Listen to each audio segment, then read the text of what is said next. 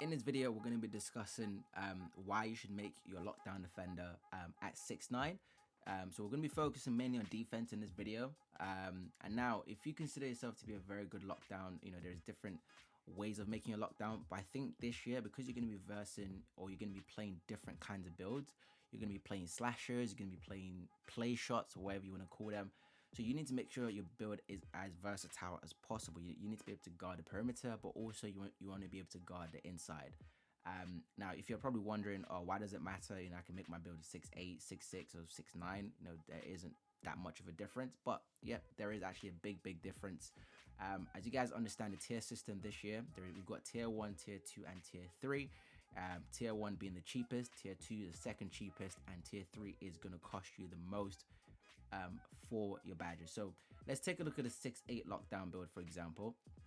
We're just going to focus purely on the badges and the tier system. Bearing in mind, the 6'8" can get gold clamps and the 6'9" can only get silver clamps. But the 6'9" can still get 90 perimeter defense if you want it to. So I still think personally it's still a very good build. You're not going to be slow or anything, and you still have an 83 speed.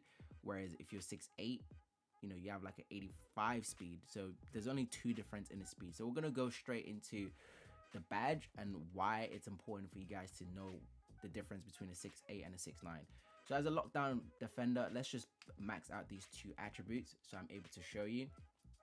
As you can see in the tier badges, for tier 3, me personally, I think this year as a lockdown, you need challenger, you need clamps, you need gloves, you need interceptor, and you need pick dodger. Okay, now if you look at where all these are stacked in the tiers, we have 2 in tier 3. So we have the challenger badge and we also have the clamps badge.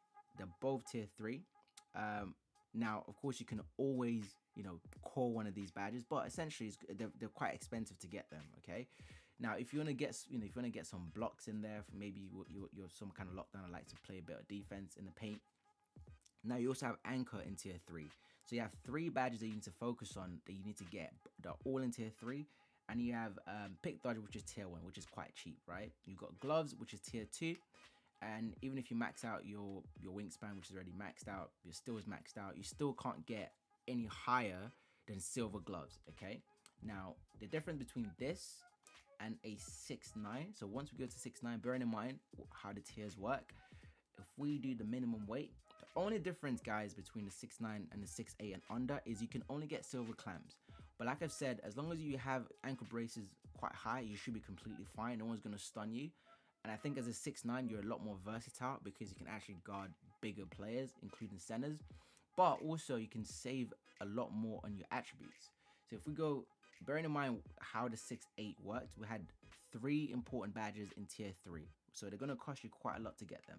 Whereas if we go to 6'9" and we max out both, actually, let me max out the wingspan so you guys can see.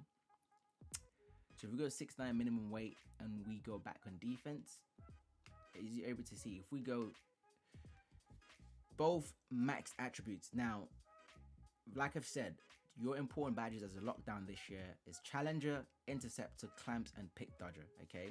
Now, as you can see in tier 2, you literally have none of these badges in tier 3. As a 6'9" player, okay? So if you look at your tier 2 badges, you can get challenger, you can get your clamps, you can get your interceptor, and you can get your pick dodger, which is now tier 1.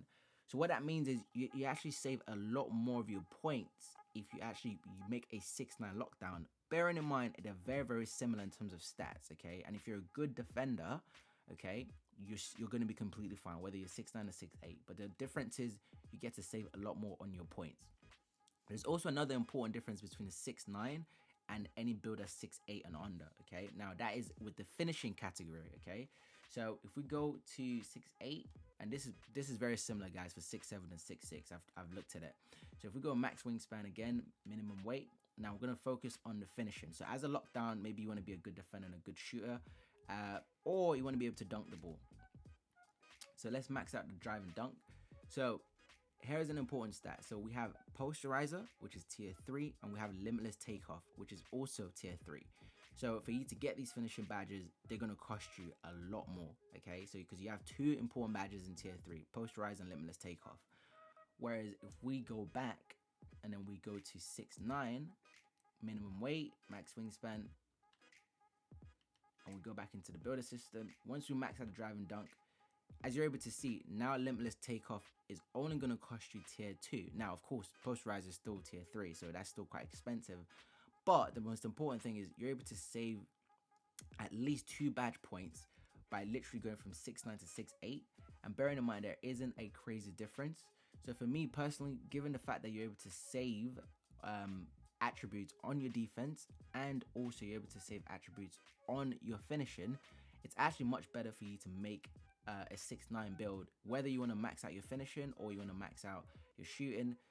Regardless, it also gives you more options. So if you want to get, if you're going to be getting tier 2 badges for your finishing, for your defense, that means you're going to have more points to spend elsewhere. So your build can be a lot more versatile than if you made a 6'8", where you have to spend all your defensive badges, or 6'7" or 6'6". You have to spend all your defensive badges on tier 3 just so you can get them. Now, if you're someone that you don't, you want to just guard ball and you don't really care about the inside, so you're a pro-am player, of course, I would recommend making a 6'6" lockdown. Those are very, very good.